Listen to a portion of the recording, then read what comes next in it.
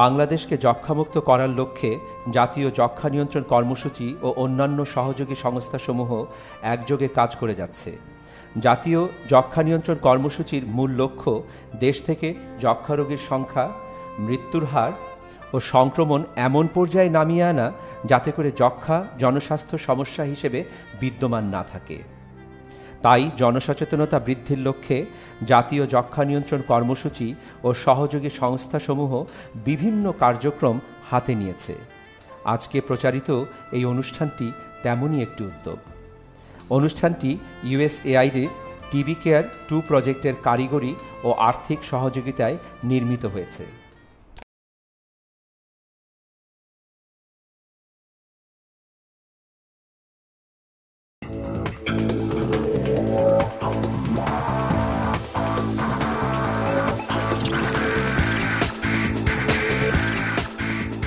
প্রিয় দর্শক, আমন্ত্রণ জানাচ্ছি এটি নিউজের প্রতি সপ্তাহের আয়োজন কানেক্টিং বাংলাদেশ অনুষ্ঠানে। প্রতি শুক্রবার বিকেল 5:15টায় আপনারা অনেকেই অধীর আগ্রহে বসে থাকেন আমাদের এই আয়োজনের জন্য। আমরা তথ্য প্রযুক্তি ব্যবহার করে গ্রামের প্রত্যন্ত এলাকার মানুষের সঙ্গে সংযুক্ত হই, কথা শুনি, তাদের নানান প্রশ্ন উত্তর দেবার চেষ্টা করি। আমাদের সঙ্গে স্টুডিওতে থাকেন একজন বিশেষজ্ঞ। আমরা এই অনুষ্ঠানটি সাজাই নানান বিষয় দিয়ে, কখনো স্বাস্থ্য, কখনো কৃষি, কখনো তথ্য প্রযুক্তি, কখনো পারিবারিক আইন, কখনো কন্যা শিশুদের নানান সমস্যা। এই বিষয়ের ভিড়ে আজকে আমরা একটা বিষয় নিয়ে কথা বলছি, অবশ্যই স্বাস্থ্য, কিন্তু একটু বিশেষ গুরুত্ব দিয়ে এই বিষয়টি আলোচনা করব, যেটি হচ্ছে যক্ষ্মা। বাংলাদেশে একটি প্রচলিত কথা আছে, যার হয় যক্ষ্মা তার নাই রক্ষা। আসলে যক্ষ্মা হলে রক্ষা আছে কি নেই সেটা নিয়েই আমরা আজকের আয়োজন সাজিয়েছি। আমাদের স্টুডিওতে এই মুহূর্তে উপস্থিত আছেন জাতীয় যক্ষ্মা নিয়ন্ত্রণ কর্মসূচির পরিচালক ডক্টর মোহাম্মদ আশেক হোসেন। আর আমরা সংযুক্ত হব গাইবান্ধার সাঘাটার ঝাড়াবর্ষা গ্রামে। আপনারা জানেন যে বছরখানেক আগে আমরা সেই গ্রামে নারী স্বাস্থ্য নিয়ে কথা বলেছিলাম, কৃষি নিয়ে কথা বলেছিলাম। আমরা তখন প্রমিস করেছিলাম যে আবারও হয়তো কোনো একটি বিষয় নিয়ে আপনাদের কাছে আসব। আমরা এখন সংযুক্ত হচ্ছি ঝাড়াবর্ষা গ্রামে।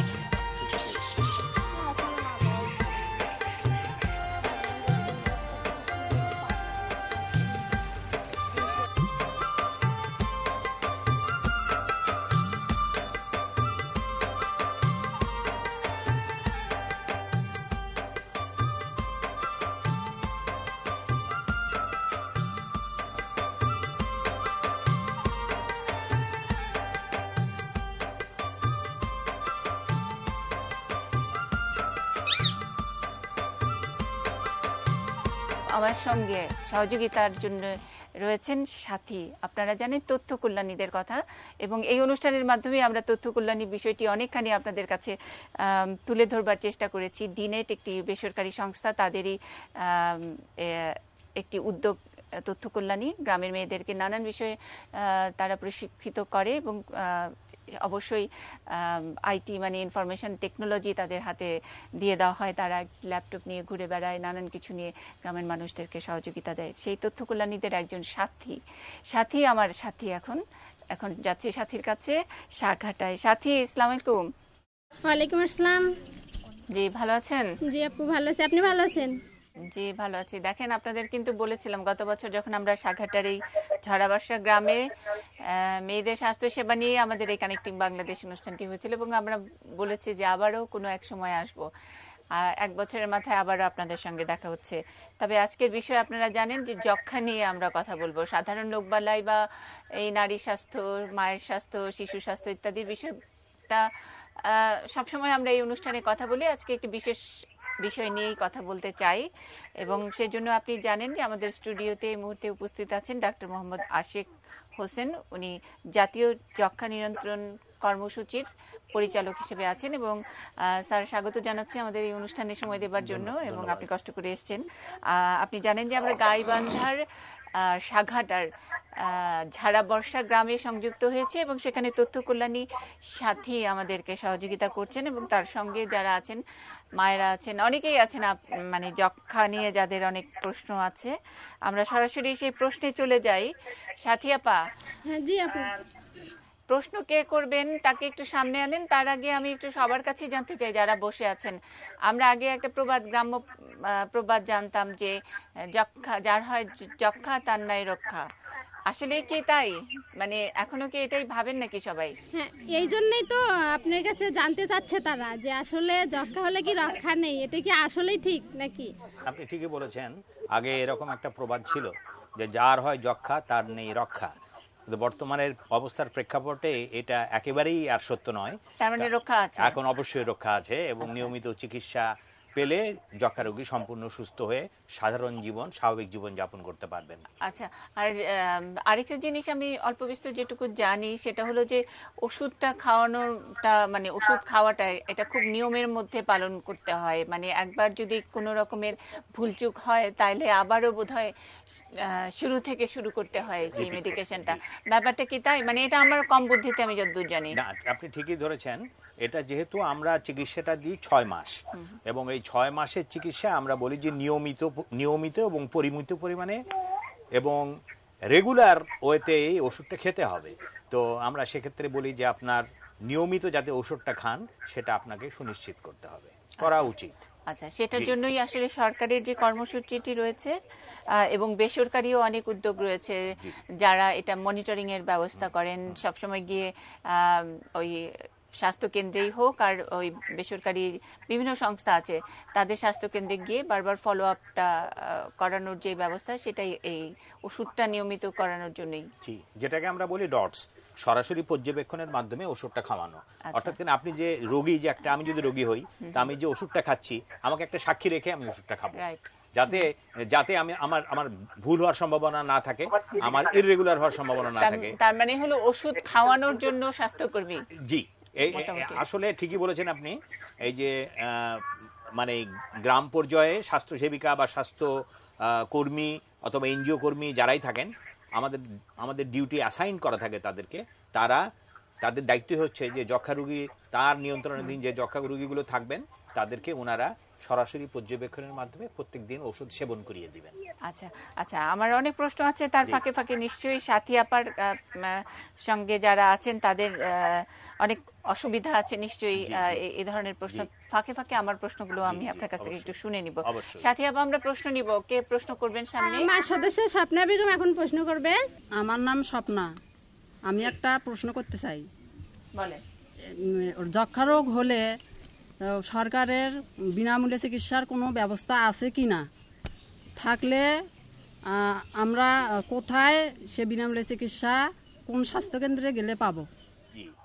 জি, খুব ভালো প্রশ্ন করেছেন। যক্ষা রোগ হলে সরকার আপনাকে বিনামূল্যে চিকিৎসাও দিবেন এবং রোগ নির্ণয়ের জন্য যে ব্যবস্থা দিই সেটাও বিনামূল্যে আপনাকে দিবেন। আপনি গাইবান্ধার সাঘাটা উপজেলার যদি অধিবাসী হন, সাঘাটাতে একটি স্বাস্থ্য কমপ্লেক্স রয়েছে, উপজেলা স্বাস্থ্য কমপ্লেক্স। সেইখানে আমাদের একটি ডটস সেন্টার রয়েছে।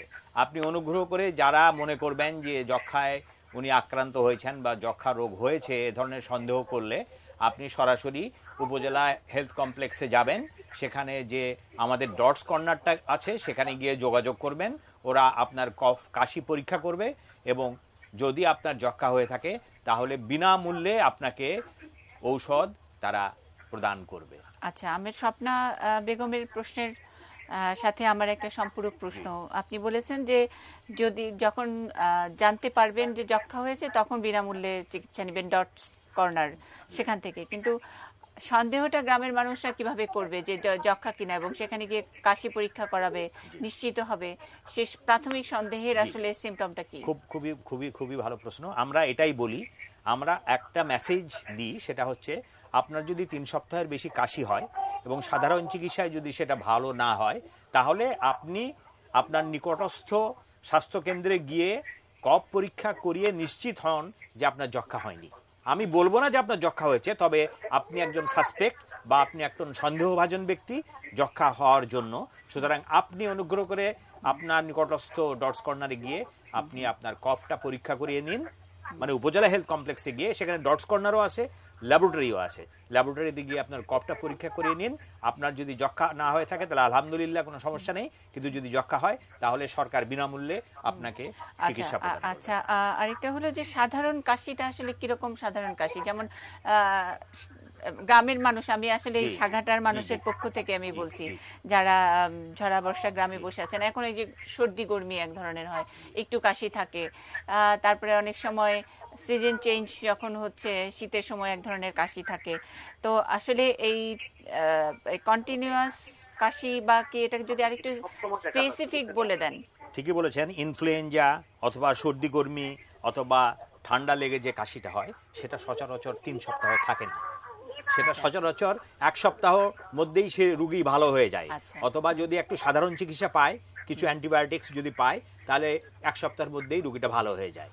কিন্তু আমরা সেই রুগীকে যেতে বলবো না, আমরা বলবো গ্রামের মানুষ তো অনেক সময় টোটকা ওষুধ ইয়ে করে, তুলসী পাতা, মধু, আদা ইত্যাদি দিয়ে সেটাতে সেরে যায়, ওতেও সেরে যাবে। কিন্তু যক্ষা না হলে বা অন্য কোনো বড় ধরনের ব্যাধি না থাকলে কিন্তু এই ধরনের কাশি 1 সপ্তাহের মধ্যেই ওই টোটকা বা আপনি কিছু না খেলেও সেরে যাবে। আচ্ছা, তাহলে সেক্ষেত্রে তার কিন্তু ডটস কর্নারে যাওয়ার কোনো প্রয়োজন হচ্ছে না। কিন্তু ধরেন যে একটা রুগী আপনার 3 সপ্তাহ কেসেই যাচ্ছে, তার কাশি ভালো হচ্ছে না, এমনকি ছোটখাটো চিকিৎসা নিয়েও ভালো হচ্ছে না, তখন তার কফটা পরীক্ষা করানোর জন্য আমরা সাজেস্ট করি। সাথী আপা, কে প্রশ্ন করবেন? এবার প্রশ্ন করবে রাশেদা। জি জি, রাশেদা আপা বলেন। আমাদের যে যক্ষার হলে লোকজন বলে অনেক টাকা লাগে, আমরা গরিব মানুষ অনেক টাকা জোগাতে পারি না, টাকার অভাবে চিকিৎসা নিতে পারি না। আসলে কি তাই টাকা বেশি লাগে? উনি তো সরকারি জাতীয় যক্ষা নিয়ন্ত্রণ যে কর্মসূচি সেটার পরিচালক হিসেবে আছেন, সুতরাং সরকারি মানুষকে এই প্রশ্ন করাই একদম জুৎসই জায়গায় আপনি প্রশ্নটি করেছেন। স্যার এবার জবাব দেন যে কেন টাকা লাগার প্রশ্নটা কেন আপনি যে কথা বলেছেন আমার সুস্পষ্ট উত্তর হচ্ছে, যক্ষা রোগের চিকিৎসার জন্য বা রোগ নির্ণয়ের জন্য কোথাও আপনাকে একটা পয়সাও ব্যয় করতে হবে না। আপনার এরকম ধরনের যদি কোনো কমপ্লেইন থাকে যে কেউ এই চিকিৎসার জন্য যে একটা পয়সাও আপনার কাছে নিয়েছে, এ ধরনের যদি কমপ্লেইন থাকে তাহলে আপনি আমাদের কাছে অভিযোগ করবেন। কেননা এটা যদি কেউ নিয়ে থাকে তাহলে ঘোরতর অন্যায় করেছে। কেননা বাংলাদেশ সরকার যক্ষা রোগীদের চিকিৎসা এবং রোগ নির্ণয়ের জন্য সকল খরচ বিনামূল্যে চিকিৎসা প্রদান, এই চিকিৎসা সেবা নিশ্চিত করার জন্য অঙ্গীকারবদ্ধ। সুতরাং আপনাদের কোনো রোগীর কাছ থেকে একটা পয়সাও নেওয়ার কথা নয়। যদি নেয় তাহলে আপনার উপযুক্ত স্থানে কমপ্লেন করবেন, এমনকি আমাদের বরাবরও আপনারা কমপ্লেন করতে পারেন। আচ্ছা, অনেক ধন্যবাদ স্যার। যদিও রাশেদা আপনি আপনার প্রশ্নের উত্তর পেয়েছেন তো? জি। সন্তুষ্ট? ঠিক আছে, খুশি হয়েছেন? হ্যাঁ আপা খুশি। কিন্তু আমি খুশি হই নাই। কেন? আমি খুশি হই নাই যে স্যার বলছে যে আমাদের কাছে অভিযোগ করবেন, সংশ্লিষ্ট জায়গায় অভিযোগ করবেন। আমরা কিন্তু এইসব কথার কোনো মানে আগামাথা বুঝি না। ওনাদেরকে আমরা কই পাবো অভিযোগ করার জন্য বলেন তো? আপনি ওনার তো ফোন নাম্বার আর পাবেন না, আজকে অনুষ্ঠানের পরে তো আর ওনাকে ধরা যাবে না, পরিচালক মানুষ, অনেক বড় ব্যাপার। আর সংশ্লিষ্ট জায়গায় অভিযোগ করে কি কোথাও কি কোনো জায়গায় অভিযোগ করে কি কোনো ফল পাওয়া যায়? আর কেউ কি বাংলাদেশের কেউ কি অভিযোগ করে ঠিক মতো করে? আমরা আসলে ঠিক করে জানি না কোথাও অভিযোগ করতে হয়। তারপরেও আমরা এটি নিউজের তরফ থেকে আজকে যারা আমাদের অনুষ্ঠানের সঙ্গে আছেন তাদেরকে একটু এই সহযোগিতাটা দিতে চাই। আমাদের একটা শর্ট কোড আছে 2233 এয়ারটেল এবং গ্রামীণ ফোন বাদে, মানে আপনাদের যাদের গ্রামীণ ফোনের সংযোগ আছে এবং এয়ারটেল আছে, এই দুইটা সংযোগ থেকে এই 2233-তে ফোন করে অভিযোগ করতে পারবেন না। এর বাদে অন্য যাদের আছে, রবি বা অন্যান্য সিটি সেল ইত্যাদি আছে, বাংলা লিঙ্ক আছে, সেই সব নাম্বার থেকে আপনারা যদি 2233 নাম্বারে ফোন করেন তাহলে সরাসরি এটিএন নিউজের সঙ্গে সংযুক্ত হবেন এবং সেখানে এক চাপলে আপনি কানেক্টিং বাংলাদেশ অনুষ্ঠানের সাথে সংযুক্ত হয়ে আপনি আপনার অভিযোগটি রেকর্ড করতে পারবেন। সেই রেকর্ড করা মানে হলো যে আপনাকে বলবে যে আপনি কানেক্টিং বাংলাদেশ অনুষ্ঠানের সাথে সংযুক্ত হয়েছেন, আপনি এখন আপনার অভিযোগ বলুন। সেই কথাটা কিন্তু রেকর্ড করা, ওইখানে কিন্তু আমি বলছি না, আমি যেন বলবো না যে আসসালামু আলাইকুম রাশেদা আপা কেমন আছেন, এগুলো কিন্তু আমি বলবো না, ওইটা রেকর্ড করা, ওইটা কম্পিউটারে বলবে। তখন আপনার ওই কম্পিউটারের কাছে যদি অভিযোগ করেন তখন আমরা ওইটা পরে শোনানো হবে, আমরা স্যার ওনাদের কাছে নিয়ে যাব সেই অভিযোগগুলো। পরিষ্কার? এবার অভিযোগ করার জায়গা আছে, শুধু এই যক্ষা নিয়ে না, যে কোনো কিছু নিয়ে। এবং সারা বাংলাদেশের দর্শকরা যারা দেখছেন আমাদের এই অনুষ্ঠান, সকলের কাছে আমাদের এই অনুরোধটি রইল, এবং এই অভিযোগ করার জন্যই হোক কোনো প্রশ্ন পাঠাবার জন্যই হোক, আপনারা সরাসরি এটি নিউজের এই সার্ভিসটুকু পাবেন। আমরা পরের প্রশ্নে যাচ্ছি। আচ্ছা, এবার প্রশ্ন করবে আসাদ। ওনার বাবা খুব অসুস্থ, তো উনি তো কথা বলতে পারবেন না, তো ওনার ছেলে কথা বলবে। আচ্ছা আচ্ছা, ঠিক আছে ঠিক আছে। আমি আসাদ বলছি। আমার আব্বা বয়স 70 বছর। উনি দীর্ঘ 3 মাস আগে আমরা ওনাকে ওনার জ্বর হয় 2 মাস, তারপরে আমরা রংপুরে নিয়ে যাই। ওখানে অনেক পরীক্ষা নিরীক্ষা করার পরে ওনারা কিছুই ধরতে পারে না, তখন রিভার্ট করে ঢাকায়। ওই যে গোলাম মোস্তফা ক্যান্সার হসপিটালের পরিচালক, ওনার কাছে নিয়ে যায়। নিয়ে যাওয়ার পরে তখন এই যক্ষার ভাইরাস পাওয়া যায়। সেখান থেকে আমরা নিয়ে আসি আমাদের স্থানীয় হসপিটালে। সেখানে 2 মাস আমরা ওষুধ খাওয়ালাম, পাশাপাশি ওনার যে আরও সমস্যা আছে সেই ওষুধগুলো খাওয়ানো হলো। তা আসলে উনি আগে যেরকম ছিল তার থেকে অনেক ভালো। এখন শারীরিক অবস্থা খুবই ভালো, কিন্তু একটা সমস্যা হলো যে 2 পায়ে একটু রস রস ভাব।